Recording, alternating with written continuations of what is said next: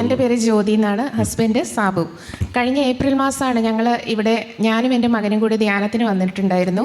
രണ്ടാമത്തെ മകനാണ് വന്നിരുന്നത്. അപ്പം ഒരു ബൈ ചാൻസായി ഞങ്ങളൊരു ഹോസ്പിറ്റലിൽ പോയിട്ടുണ്ടായിരുന്നു. അപ്പം ഒരു മരുന്ന് കഴിക്കാൻ വേണ്ടിയിട്ട് മോന് ലിവർ ഫങ്ഷൻ ടെസ്റ്റ് എടുത്തപ്പം അതിൽ ആ 2 കൗണ്ടും വളരെയധികം കൂടുതലായിട്ട് വന്നു. അപ്പം ആ മരുന്ന് സ്റ്റോപ്പ് ചെയ്ത് വെച്ചിട്ട് ലിവറിൻ്റെ ആ ഇതിന് വേണ്ടിയിട്ടുള്ള മരുന്ന് ഡോക്ടർ തന്നു.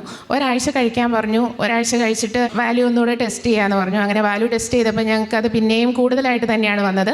ആ അവസരത്തിലാണ് ഞങ്ങൾ ഇവിടെ ധ്യാനത്തിനായിട്ട് വന്നത്. ഇവിടെ വന്ന് ഞങ്ങൾ ധ്യാനം കൂടി. അപ്പം ആരാധനയുടെ സമയത്തെല്ലാം അച്ഛൻ വിളിച്ച് പറയുന്നുണ്ടായിരുന്നു, ലിവർ സംബന്ധമായ അസുഖമുള്ളവർക്ക് സൗഖ്യം തരുന്നുണ്ടെന്ന് വിളിച്ച് പറയുന്നു. ധ്യാനത്തിൽ മോനും വന്നിട്ടുണ്ടായിരുന്നു. 16 വയസ്സായിരുന്നു.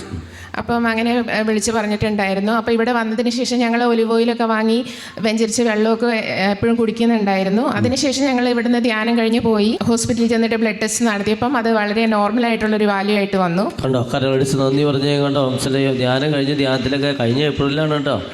അതേപോലെ ധ്യാനത്തിന് വന്ന സമയത്ത് മകന് വിദേശ പഠനത്തിന് വേണ്ടിയിട്ട് ഞങ്ങൾ നിയോഗം വെച്ച് പ്രാർത്ഥിക്കുന്നുണ്ടായിരുന്നു. ഓസ്ട്രേലിയ ആയിരുന്നു വെച്ചിരുന്നത്. ഒത്തിരി തടസ്സങ്ങളാണ് ഓസ്ട്രേലിയക്ക് വേണ്ടി പോകാൻ. അവൻ 33 അത്ഭുത ജപമാല കൂടാമെന്ന് പറഞ്ഞിട്ടുണ്ടായിരുന്നു. 27 എണ്ണം കഴിഞ്ഞപ്പോൾ തന്നെ അവൻ്റെ വിസ വന്നു. അവന് പോകാനും സാധിച്ചു. ദൈവത്തിന് നന്ദി. അതുപോലെ ഹസ്ബൻഡിന് ഒരു 15 വർഷത്തോളമായിട്ട് ഷിപ്പിലാണ് ജോലി ചെയ്യുന്നത്. ഗ്യാസിൻ്റെ പ്രോബ്ലം, നെഞ്ചരിച്ചിൽ വളരെയധികം ഉണ്ടായിരുന്നു. ജോലിക്കൊക്കെ തടസ്സമായിട്ട് തന്നെ അത് വന്നിട്ടുണ്ടായിരുന്നു.